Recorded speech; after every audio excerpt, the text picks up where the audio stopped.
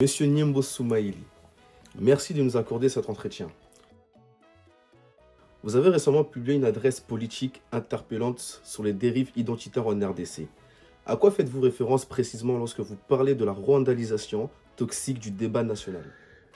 Écoutez, merci à vous, messieurs les journalistes, pour cette question importante. Ce que j'observe aujourd'hui, c'est une dérive qui dérange, qui est très inquiétante d'ailleurs dans notre espace politique et social.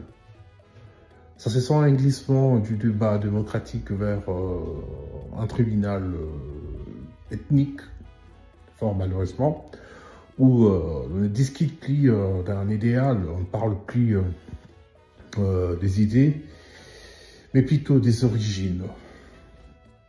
Écoutez, la rwandalisation dont je parle n'est pas une critique voilée d'une certaine communauté, mais plutôt la dénonciation d'un piège narratif qui détourne l'attention du peuple congolais de vraies urgences, il faut le dire.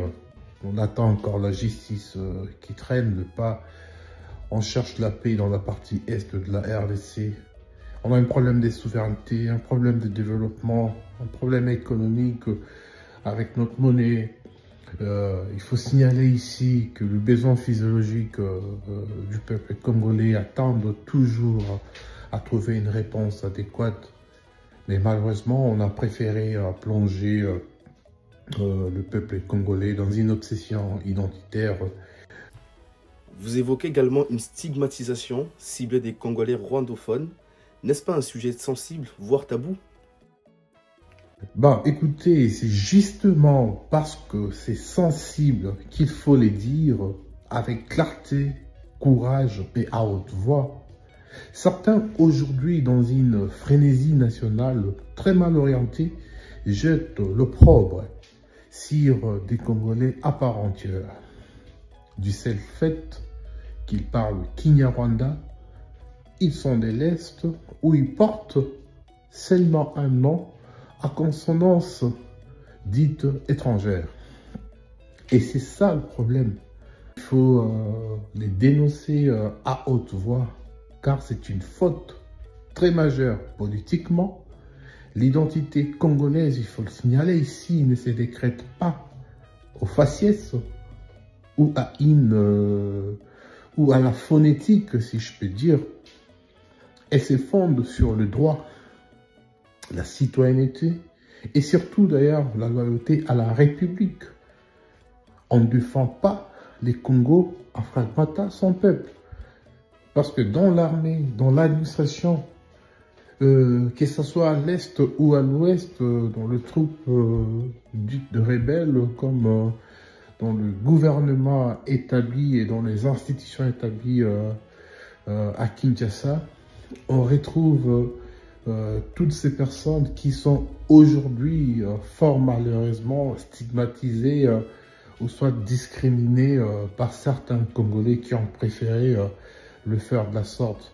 Et c'est justement ce que je viens de dire, du fait que cette question soit sensible, il nous revient à nous de le dire avec clarté et courage et à haute voix pour dénoncer et taire cette bêtise humaine qui prend de l'ampleur du jour au jour. Mais vous savez, certains vous accuseront de naïveté, de nier l'infiltration ou l'ingérence rwandaise.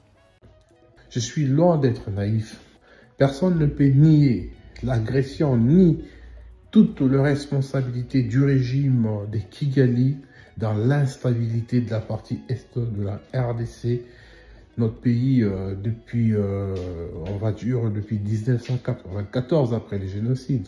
Mais attention, distinguer entre l'agresseur et les citoyens congolais issus d'une communauté est une obligation intellectuelle et morale de notre part, nous tous les Congolais.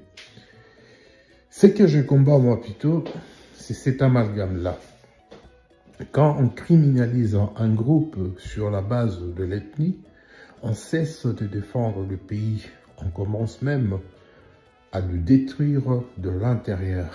Lutter contre le Rwanda ne doit pas signifier se battre contre des Congolais ici de cette langue rwandophone.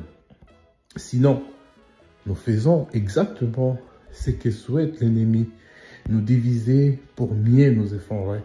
Parce qu'il faudrait rappeler ici, le président rwandais aujourd'hui ne défend pas à l'intérieur du Rwanda la logique selon laquelle il y aurait des Tutsis, des Hutus et les Tois.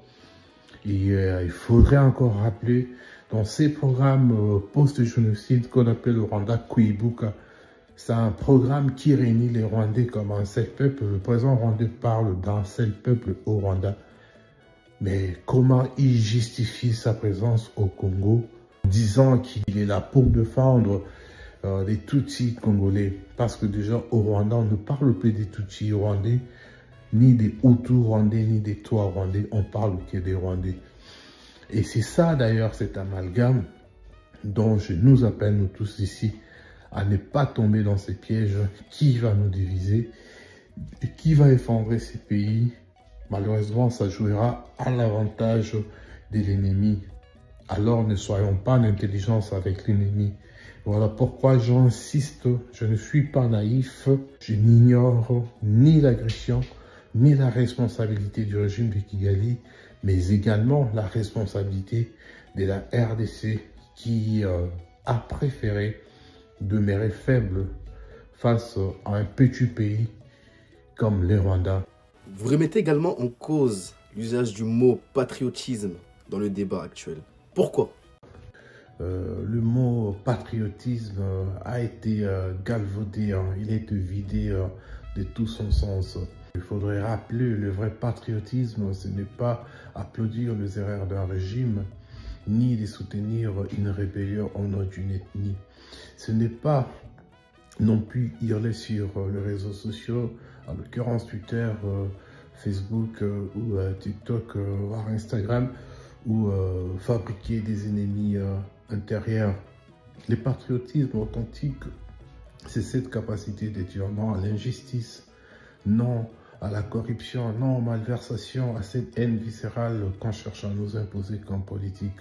Être patriote, bien évidemment, c'est aimer la République au point de la défendre contre tous ces fossoyeurs, qu'ils soient en uniforme ou à veste cravate, ou derrière les claviers en ligne, derrière les claviers de téléphone portable.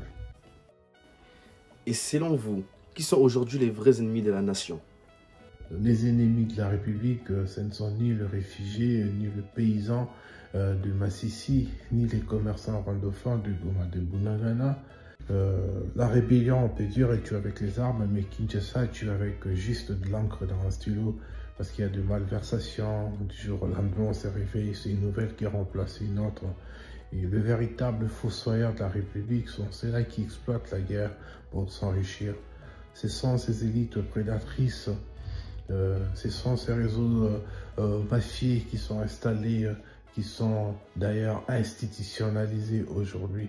Les complices internes de multinationales qui pillent nos ressources et qui l'ont bradé. Ce sont aussi ceux qui, depuis Kinshasa, ou ailleurs préfèrent gérer la misère que la combattre. Pendant que le peuple congolais, lui, est enivré de haine ethnique et fond mes bases sur le minerai, le budget, le marché public.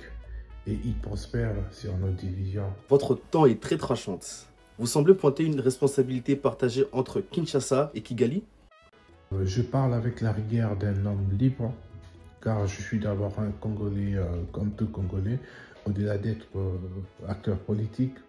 Donc en tant qu'homme libre, je m'exprime non avec l'hystérie d'un camp politique X ou Y. Kigali est une puissance prédatrice, oui, mais Kinshasa, par sa faiblesse, son clientélisme, son amateurisme, parfois a ouvert aussi le porte à l'infiltration. Notre souveraineté est bradée aussi bien de l'extérieur que par l'intérieur. Il faut rompre avec cette hypocrisie permanente qui excuse tout du moment que ça vient du bon camp, soi-disant. Un patriote digne de ces noms, moi je pense, doit être capable de dénoncer les dérives du pouvoir sans servir la rébellion et vice-versa, rejeter la rébellion sans se faire complice du pouvoir. D'accord. Alors, Quel modèle de citoyenneté défendez-vous? Quelle congolité proposez-vous? Merci beaucoup pour cette question de citoyenneté parce que d'ailleurs, je dois le rappeler, elle est vidée par la Constitution. Je défends une congolité politique inclusive et exigeante. Être congolais, ce n'est pas appartenir seulement à une ethnie, c'est adhérer à cette promesse de vivre ensemble, de ces projets collectifs, une promesse d'égalité, de justice, de souveraineté, une congolité de projet, non de sang. Nous devons sortir de cette logique du lignage pour entrer dans celle de l'engagement républicain, parce que nous sommes une nation, nous sommes un État. Celui qui trahit le pays, même s'il est de mon village, moi je le dis toujours, n'est pas patriote.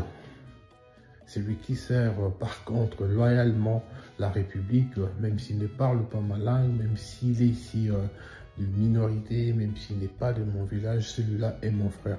Voilà la République que j'appelle de tous mes vœux. Auriez-vous un dernier mot? Oui, la République n'a pas besoin de boucs émissaires, elle a besoin de justice, de vérité et de grandeur. Le Congo ne se construira pas, soit ne se reconstruira pas sur les ruines de la haine. Il doit s'élever. Il s'élèvera si nous sommes assez courageux, nous tous, pour affronter nos vrais ennemis, affronter nos vrais problèmes, nos divisions internes, les divisions artificielles, l'oubli de l'histoire et le mépris des principes républicains. Il est temps que le mouvement dont nous sommes en train de mettre en place portera cette parole, la parole qui refuse de tricher avec l'histoire, de mentir au peuple congolais, de trahir le peuple congolais ou de pactiser avec la haine, cette haine viscérale qui nous est imposée aujourd'hui par certains politiques. Merci Monsieur Niombo Soumaïli pour cet entretien sans concession. Au revoir. Merci à vous et surtout vive le sursaut républicain et qui vive la rupture, vive la refondation, vive la troisième voie dont nous sommes en train de mettre en place et que vive la RDC. Merci beaucoup et à une prochaine.